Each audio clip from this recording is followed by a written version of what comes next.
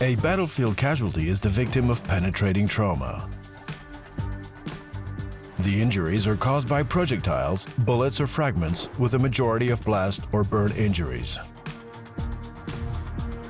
In combat, personal protective equipment affects injury distribution. Vests protect the torso, chest, and abdomen. Wounds are equally distributed by thirds between the head, torso, and limbs.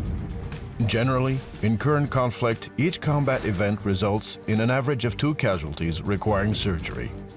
Each casualty presents 1 to 3 wounds, and beneath each wound, 3 or 4 organs may be affected.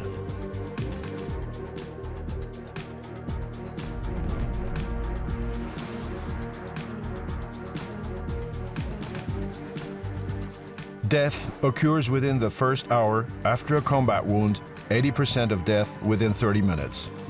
1 case in 4 of death following a combat wound can be avoided.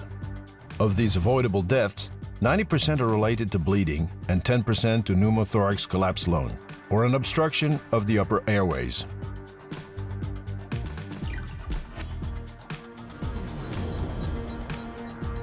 Controlling bleeding makes it possible to save the most lives. Time is the main enemy. Life-saving action must be taken as soon as possible by the casualty, him or herself, or by his or her buddy.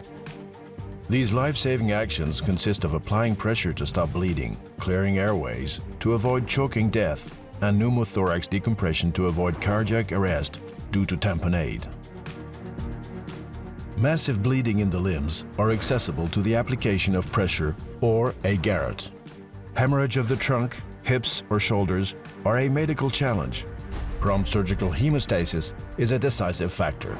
Terrorist attacks targeting civilians can lead to casualties due to explosions or firearms. The problem of the individual emergency is complicated by that of the collective emergency with several simultaneous casualties. In peacetime, combat casualties do not wear protective equipment, so the torso is more vulnerable to injury.